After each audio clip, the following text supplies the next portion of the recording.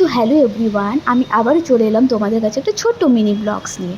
তো আমি আমার বোন মিলে যাচ্ছি এখন দিদি বাড়ি কলকাতাতে। তো কলকাতায় আমি এখন যাচ্ছি আমার পুচু সোনা বাবি।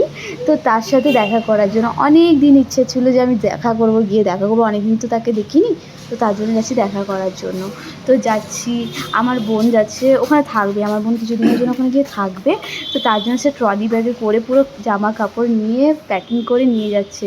আর সে মানে যত বড় মানে আমার বোন না তত বড় ট্রলি ব্যাগ নিয়ে যাচ্ছে। তো রাস্তার মাঝখানে কত প্রবলেম হচ্ছে ওই ট্রলি ব্যাগটা নিয়ে যেতে। আর এই কলকাতায় ভীষণ রোদ, ভীষণ রোদ, মানে এত রোদ, মানে কি বলবো। আমি আমার বোন এদিকে এত টায়ার্ড হয়ে গেছি, মানে খড়গপুর থেকে কলকাতা আসতে মানে এত টায়ার্ড হয়েছে এত রোদের মধ্যে। তো আসি আবার তার মধ্যে আমার বোনের একটা ট্রলি ব্যাগ নিয়ে, মানে এত প্রবলেমে পড়েছে ও। সে যাচ্ছে এখন ওই ট্রলি ব্যাগ নিয়ে যাচ্ছে, সে সামলাতেই পারছে না। তো এখন আমরা বাসে উঠে গেলাম, মানে এত ট্রাফিক জ্যাম, মানে কি বলবো।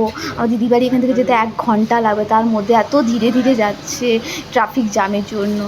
তো ফাইনালি আমার পুচুর জন্য আমার প্রচুর পছন্দের কিছু জিনিস নিলাম।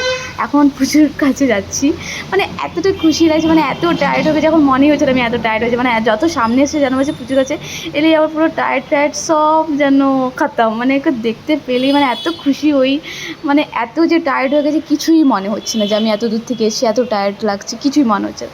ওকে দেখতে পেলেই আমার সব টায়ার্ড দূর হয়ে যায় মানে। তো অনেক দিন পর আমার বাবির সোনার সাথে দেখা করে আমি খুব খুশি হলাম।